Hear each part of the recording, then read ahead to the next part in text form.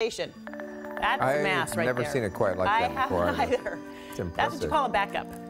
Yeah, I mean, the same areas that were hammered by the nor'easters back in March and early April. I mean, they still haven't, they're going through swings back there where it's like 45 degrees one day and 80 the next, and back to 40, 45 degrees. It's been just miserable back there. Now, the severe weather going on back there as well, and they do expect another round of that part of the mid-Atlantic states up into, all the way up into southern New England during the day today. So especially as we get towards later in the morning and the afternoon their time, it's going to be potential for severe weather there again. So if you're flying to the East Coast or have people coming out from the East Coast, definitely check with the airline to see if the delays are going to affect them, because there's going to be some of those today. Closer to home, though, we're not going to be looking at any problems. We've got some clouds around the area to deal with, but that's about all we've got this morning. And that marine deck was a little slower to burn off yesterday. The high temperatures actually dropped all the way back to 69 degrees at SeaTac. It's a pretty good, what's that, 19-degree temperature drop. However, it felt like a pretty comfortable afternoon most spots.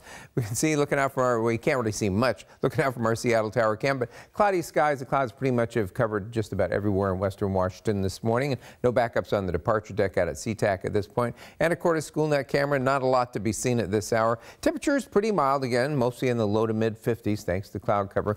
Got 50s and 60s over there east of the Cascades. University of Washington model showing things pretty well socked in this morning. As we head towards about mid to late afternoon, most places are going to clear, but there will be some patchy areas that will not clear out. Those places probably only getting into the low 60s, but most other places will get into the mid to upper 60s. Clouds are right back in again overnight tonight.